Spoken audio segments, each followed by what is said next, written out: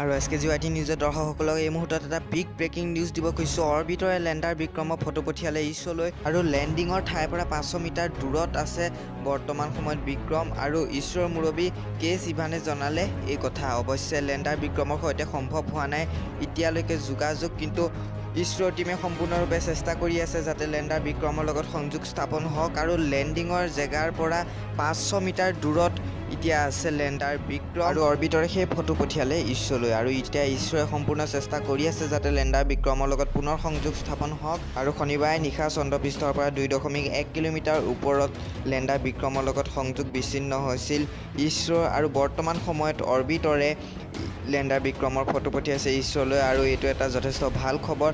আৰু ইছৰে সম্পূৰ্ণ চেষ্টা কৰি আছে যাতে লেণ্ডাৰ বিক্ৰমৰ লগত পুনৰ সংযোগ স্থাপন হয়। আৰু লেণ্ডাৰ বিক্ৰমৰ সন্ধান ইতিমধ্যে ইছৰই পাইছে।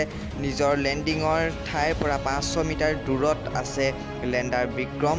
আৰু এই কথা এতিয়া উৎসাহিত কৰি তুলিছে সমগ্ৰ দেশবাসীক, কাৰণ শনিবাৰে গোটেই নিশাটো উজাগৰে আছিল সমগ্ৰ দেশবাসী, কাৰণ সেইদিনাখনেই চন্দ্ৰপৃষ্ঠত লেণ্ডাৰ বিক্ৰমে ভৰি দিবলৈ গৈ আছিল। কিন্তু মাত্ৰ 2.1 কিলোমিটাৰ ওপৰতে লেণ্ডাৰ বিক্ৰমৰ লগত সংযোগ বিচ্ছিন্ন হৈছিল ইছৰৰ। আৰু বৰ্তমান সময়ত অৰবিটৰ লেণ্ডাৰ বিক্ৰমৰ ফটো পঠিয়াইছে ইছৰলৈ।